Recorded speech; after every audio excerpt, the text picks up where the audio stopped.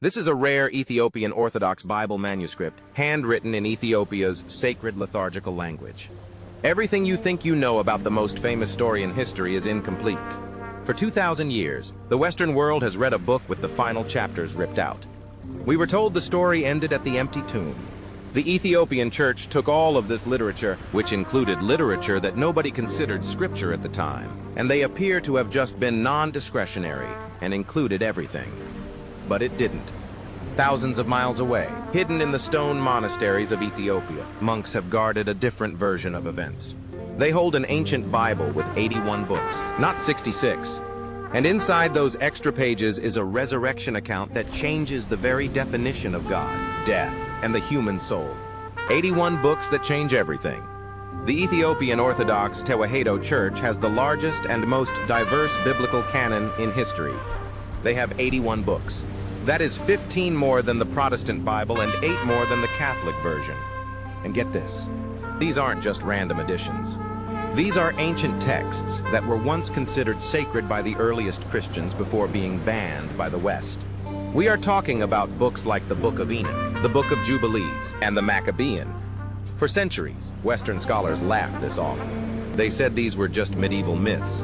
But that arrogance just got checked by science. Radiocarbon dating on the Jerima Gospels found in an Ethiopian monastery proved they were written between 330 and 650 AD. That makes them the oldest illustrated Christian manuscripts in the entire world. Basically, while Europe was in the Dark Ages, Ethiopian monks were copying and preserving the original source code of Christianity. So what is in these forbidden books? The Book of Enoch is the big one. It explains the why behind the Great Flood. It doesn't just say people were bad. It describes a cosmic invasion. It details how 200 watcher angels descended to Mount Hermon, took human wives, and created a race of genetic hybrids called the Nephilim. These giants ruled the earth and ate humanity. It sounds like science fiction, but the Ethiopian Bible treats it as absolute historical fact. And that is putting it lightly. The text gets incredibly specific. It names the leaders of these fallen angels, Samyaza, Azazel, Barakal. It says they taught humans forbidden technologies, how to forge swords, how to use cosmetics to seduce, and how to read the stars to predict the future. This wasn't just sin, it was unauthorized technology transfer. The Roman Church hated this book. Why? Because it was too wild. It described a spiritual world that was messy, scary, and filled with monsters. It didn't fit the clean, controllable narrative they wanted, so they deleted it. But Ethiopia kept it. They understood that you cannot just delete history because it makes you uncomfortable. But the Book of Enoch is just the tip of the iceberg. The real bombshell is a text called the Mashafa Kedan, or the Book of the Covenant. This is the text that deals directly with the resurrection. In the Western tradition, Jesus appears for a few nice moments after death. In the Ethiopian tradition, he stays for 40 days. And he isn't just hanging out. He is setting up a secret structure for the world that completely bypasses the need for a church hierarchy. He teaches them the language of the birds and the secrets of the elements. He speaks about the end times not as a war of armies, but as a war of frequencies and spirits. It is a completely different vibe. It is urgent. It is mystical. And it empowers the individual, not the institution. The crazy part is that these monks believe these 81 books are the narrow gate mentioned in Scripture. They believe the 66-book Bible is the wide path meant for the masses, a watered-down version to keep people docile. The 81 books are for the initiates, the ones ready to handle the full weight of the truth. This brings us to a massive realization. If the Ethiopian Bible is the unedited version, then the version the rest of the world has been reading is the censored one. We have been reading the safe version, the government-approved version. And now that these texts are being translated and released to the public, the safety seal is broken. We are finally looking at the raw, unfiltered files. But if you think giants and watchers are crazy, wait until you hear what Jesus actually said during those 40 secret days. The secret instructions he left behind are terrifyingly specific, decoding the 40-day secret message. In the standard Gospel of Luke, the time between the resurrection and the ascension is a blur. But in the Ethiopian Mashafa Kedan, it is the main event. This is the moment the safety rails come off. According to these texts, the risen Christ gathers his disciples not just to comfort them, but to prepare them for a spiritual war. He speaks of the builder of shadows, This is a concept that will blow your mind.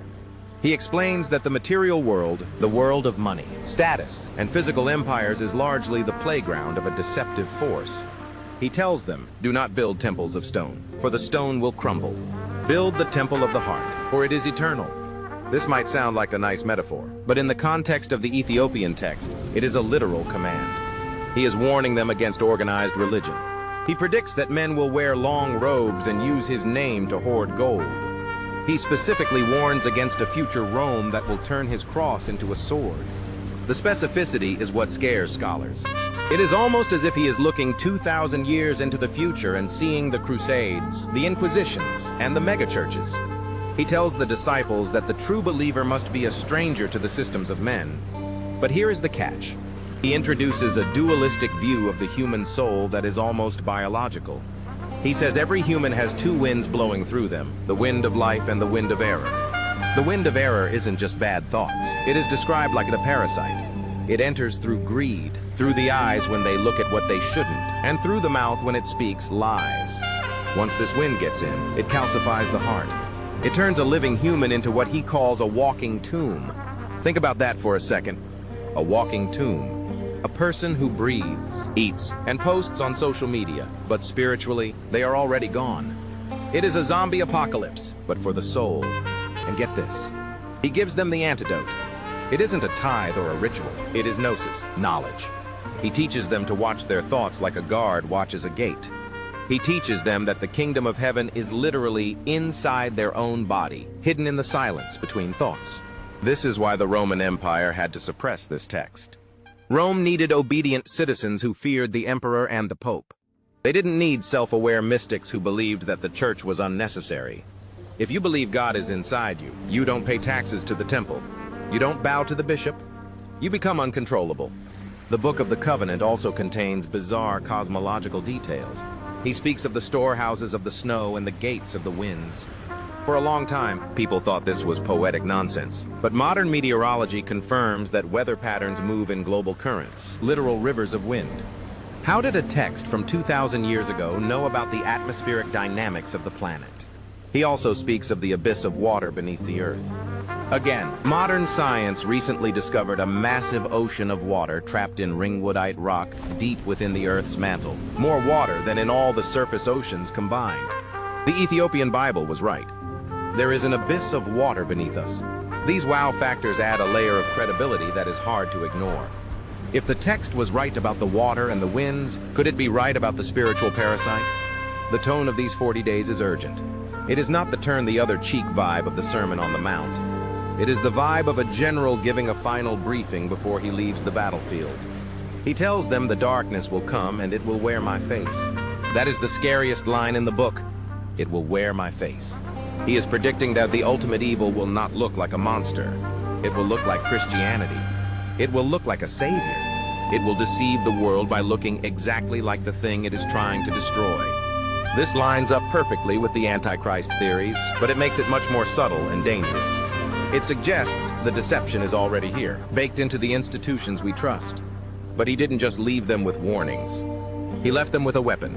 A secret practice known only to the inner circle, involving the control of breath and the focus of the mind, similar to advanced meditation found in the East. This connects to the Isa theory, the idea that Jesus spent his lost years in India or Tibet. The teachings in the Ethiopian Bible are incredibly Eastern. Karma, reincarnation, inner energy centers. It is all there disguised in gaze terminology. So we have a secret book, a warning about a fake church, and instructions on how to unlock inner power. But if Jesus left, where did the physical proof of his power go? The answer lies in a small stone chapel that no one is allowed to enter. Why Hitler and the Templars failed. Let's be real. You cannot talk about Ethiopia without talking about the Ark of the Covenant. In the movie Raiders of the Lost Ark, Indiana Jones finds it in Egypt. But in the real world, every single Ethiopian believes it is in the city of Aksum, inside the Church of Our Lady Mary of Zion. This isn't just a folk tale. It is the central pillar of their civilization. The story goes back to the Queen of Sheba. She traveled to Jerusalem, met King Solomon, and to put it politely, they got very close. She returned to Ethiopia pregnant with his son, Menelik I. When Menelik grew up, he went to visit his dad. Solomon offered him the kingdom. But Menelik said no. He wanted to go back home, but he didn't leave empty-handed. According to the Kibra Nagast, or the Glory of Kings, Menelik and his crew pulled off the greatest heist in human history. They switched the real Ark with a wooden replica and smuggled the true Ark of the Covenant down the Nile all the way to the Ethiopian highlands. Now, here is the deal. The Bible describes the Ark as a gold-plated chest containing the 10 Commandments, but it also describes it as a weapon. It could level mountains, burn armies with holy fire, and make people's hair fall out if they got too close. That sounds a lot like radiation. And get this, the monk who guards the Ark today shows signs of what looks like radiation sickness. He is the guardian. Only one man is chosen for this job. Once he is appointed, he can never leave the chapel grounds. He is there until he dies. He cooks for himself, prays constantly, and guards the object with his life. Reporters who have managed to get close to these guardians say they often develop cataracts in their eyes and lose their sight within a few years. Their skin turns strangely pale. They die young. Why would a wooden box do that? Unless it is not just a wooden box. The theories here are wild. Some say the Ark is a capacitor, a piece of ancient high-voltage technology. Others say it is a communication device used to talk to the Watchers. Whatever it is, Ethiopia has guarded it for 3,000 years. And they have defended it. Ethiopia is the only African nation that was never colonized. In 1896, the Italians invaded with modern guns and artillery. The Ethiopians, armed mostly with spears and old rifles, crushed them at the Battle of Adwa. It was an impossible victory. The locals do not call it a miracle. They say street. George rode into battle with them, but they also whisper that the Ark was brought to the battlefield. They say a terrible light blinded the Italian gunners. It brings a whole new meaning to divine intervention. Even the Knights Templar knew about this. In the 12th century, the Templars traveled to Ethiopia searching for the Ark. You can see their symbols carved into the stone churches of Lalibela. They were obsessed. They knew the Holy Grail wasn't a cup. It was this bloodline and this box. But the Ark isn't just a weapon. It is the proof of the bloodline. The Ethiopian emperors, the Solomonic dynasty, ruled from Menelik all the way until 1974. That is a continuous line of kings for almost 3,000 years. They claim to be the blood relatives of Jesus Christ through the line of David. This means that while Europe was worshiping Jesus as a distant god, Ethiopia was ruled by his cousins. The implications are staggering. If the Ark is real, and if it is in Aksum, then the center of biblical authority isn't the Vatican. It is a dusty town in Tigray. It means the chosen people aren't who we thought they were. But the mystery doesn't stop at the Ark. It extends to the very ground itself. If you travel south of Aksum, you find something that defies the laws of engineering. Churches that weren't built, but carved. They say men didn't build them alone. They say the angels worked the night shift. The laser-cut churches of 1200 AD. Welcome to Lalibela? This is the place that makes archaeologists scratch their heads and just give up. In the 12th century, King Lalibela ordered the construction of 11 churches. But he didn't hire masons to stack bricks. He ordered them to carve the churches straight out of the solid volcanic rock ground. We are not talking about caves. We are talking about massive, intricate cathedrals, complete with windows, doors, columns, and drainage systems carved out of one single piece of rock. It is a negative sculpture. You have to visualize the entire building in 3D, then remove everything that isn't the church. One mistake, one cracked pillar, and the whole project is ruined. You cannot glue a rock back on. And the crazy part? They say it was done in 24 years. Modern engineers have crunched the numbers. To carve these 11 churches with hand tools, chisels, and hammers would take 40,000 men over a century. And the amount of debris removal alone would require a fleet of trucks. But there is no evidence of the debris. Millions of tons of rock just vanished. The local legend? It's a wow factor. The monks say that the human workers toiled during the day, but at night, angels came down and continued the work. They say the angels worked twice as fast as the men. They used tools of light that sliced through the volcanic tuff like butter. Tools of light. Does that sound like a chisel to you? Or does it sound like directed energy technology? Some theorists suggest that the Ark of the Covenant was brought to Lalibela during this time and that it was used as a power source or a tool to soften the stone. There are actually ancient accounts in other cultures of softening stone using sound frequencies or chemical compounds. Could the Ethiopians have possessed a lost technology? The Church of St. George is the most famous one. It is shaped like a perfect cross dug deep into a pit. The roof is at ground level. You look down into it. The precision is laser perfect. The drainage system is so advanced that even after 800 years of torrential rains, the church never floods. And then there are the tunnels. Underneath the complex is a labyrinth of pitch-black tunnels meant to symbolize the descent into hell. Candidates for the priesthood have to navigate these tunnels in total darkness, feeling their way along the walls for hours while chanting. It is a sensory deprivation tank built of stone. This connects back to the Book of the Covenant teachings about the darkness of the tomb. The architecture reinforces the theology. You have to walk through the darkness to find the light. But recently, 3D laser scans of the site have revealed something else. Anomalies under the floor. Hollow spaces that haven't been opened in 800 years. What is down there? The priests say it is the treasury of the saints. Gold? Manuscripts? Or perhaps the tools they used to build the place. The world is obsessed with the pyramids of Egypt. But Lalibela is arguably more complex.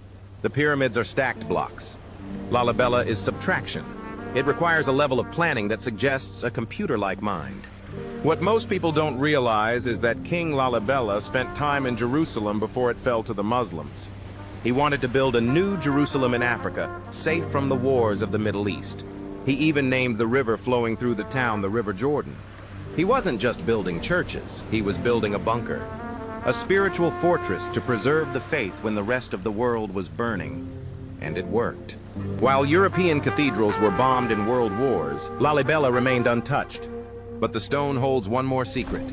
The symbols carved into the walls include the Star of David, the cross, and the swastika, which was an ancient symbol of the sun long before it was corrupted by the Nazis.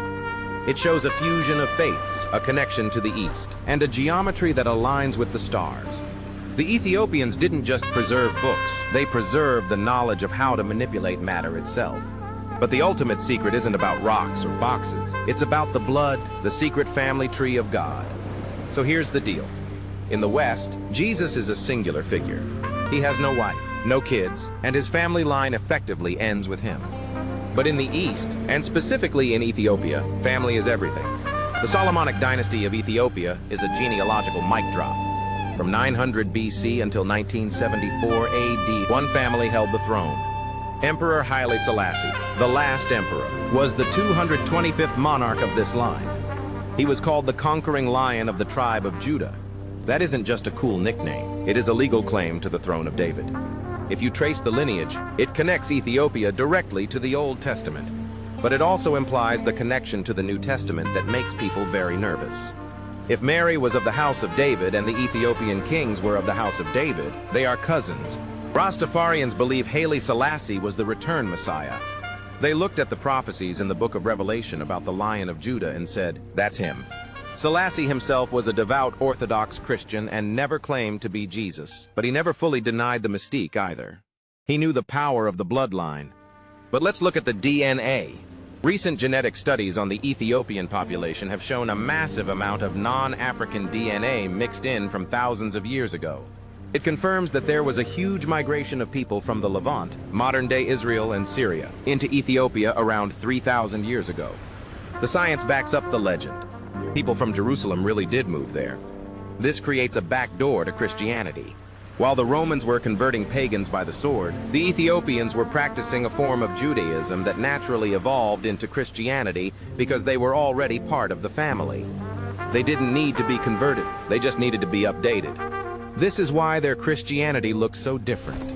They still follow dietary laws like not eating pork. They still circumcise their sons on the 8th day. They keep the Saturday Sabbath, not just Sunday. It is a perfect hybrid of the Old and New Covenants. It is what Christianity might have looked like if it hadn't been hijacked by European pagans. And this brings us to the living Jesus theory again. If Jesus didn't die on the cross, as some Gnostic texts suggest, and if he fled to a safe haven, Ethiopia is the most logical place. It was the only place outside of Judea where his ancestors were ruling. It was a safe house. Some oral traditions in the remote mountains speak of a stranger who came from the north, a man who healed the sick and spoke of the way of peace. They don't call him Jesus, they call him the righteous teacher. Could this be a memory of the historical Jesus seeking refuge among his distant kin? It is a wild theory, but in a land of 81 sacred books, giant obelisks, and radioactive boxes, nothing is off the table. The West has spent centuries trying to find the historical Jesus in the dirt of Galilee. They dig up pottery and bones, but maybe they are looking in the wrong continent. Maybe the living legacy, the books he wrote, the laws he gave, and the blood he shared is alive and well in the highlands of Africa. The Ethiopian monks say the West has the water, but we have the well, and now the well is opening. The return of the Watchers. So, why are we talking about this right now? Why, after 2,000 years of silence, is this happening today? Think about it. For 20 centuries, these books sat in dusty, high-altitude caves. They were eaten by worms. They were guarded by men with spears who would literally die before letting a foreigner touch them. They were buried under layers of goatskin in silence. But suddenly, in the last 5 years, the floodgates opened. Why is the YouTube algorithm pushing this content to millions?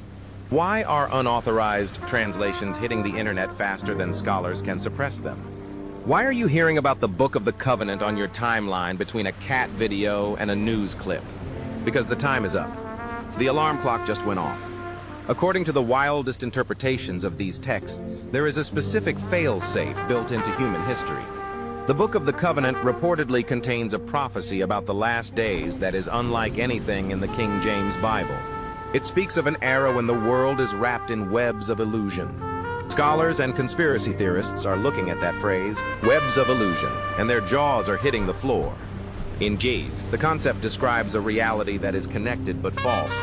A world where people speak without mouths and see without eyes. Does that sound familiar? It sounds exactly like the internet. It sounds like artificial intelligence. The theory is that the Ethiopian monks weren't just guarding a book. They were guarding the break glass in case of emergency manual for the digital age. The prophecy states that when humanity is lost in the webs of illusion, the hidden truth must be revealed to shatter the false reality. This brings us to a theory that makes the organized church incredibly nervous. We are living in a time of massive global distrust. Nobody trusts the government. Nobody trusts the news. And fewer people trust the organized Western church. People are starving. They are hungry for a raw, unfiltered spiritual experience. They don't want a middleman. They want the gnosis, the direct knowledge. The release of these Ethiopian texts is feeding that hunger like gasoline on a fire. It validates a feeling that millions of people have had since they were children. The nagging feeling that something is missing from the story. That we have been lied to. That the version of history we learned in Sunday school was the light version, edited for compliance. Here is the wild theory. The Council of Nicaea didn't just remove books to streamline the Bible. They removed them to deactivate us. The Ethiopian texts, like the Book of Enoch and the Kebra Nagast, describe human beings not as sheep needing a shepherd, but as powerful spiritual entities involved in a cosmic war. They talk about the Watchers, fallen angels who tampered with human DNA. They talk about technology used by the ancients that we are only just rediscovering. By removing these books, the Western gatekeepers stripped us of our history and our armor. They turned us into passive consumers of religion rather than active participants in a spiritual war. But Ethiopia didn't get the memo. Ethiopia kept the pro version of the software while the rest of the world got the downgrade. It gets even crazier when you look at what is actually in these texts. We aren't just talking about prayers and psalms. We are talking about what looks suspiciously like lost physics. Some researchers believe the Ethiopian manuscripts contain the secrets of acoustic levitation. Look at the churches of Lalibela in Ethiopia. They weren't built. They were cut out of solid rock from the top down. The local legend says angels helped build them at night. But modern theorists analyzing the translated text believe angels is a mistranslation for a technology that used sound frequencies to soften stone. If this is true, the Book of the Covenant might not just be a religious text. It might be a technical manual. It might explain how the pyramids were really built. It might explain the manna machine. It might explain the weird, high-tech descriptions of the Ark of the Covenant, which, by the way, the Ethiopian church claims to actually possess in a heavily guarded chapel in Axum. If the texts currently being translated explain how to operate the Ark, or how to access the frequencies of the ancients, then we aren't just looking at a religious revival. We are looking at the rediscovery of a pre-flood science that could change everything. So, here is the question that will keep you up at night. If the version of history you were taught was edited by emperors to control you, what else is a lie? Are you ready to read the forbidden chapters, or is the truth too dangerous? Hit that like button if you want more forbidden history, and subscribe to join the search for the truth.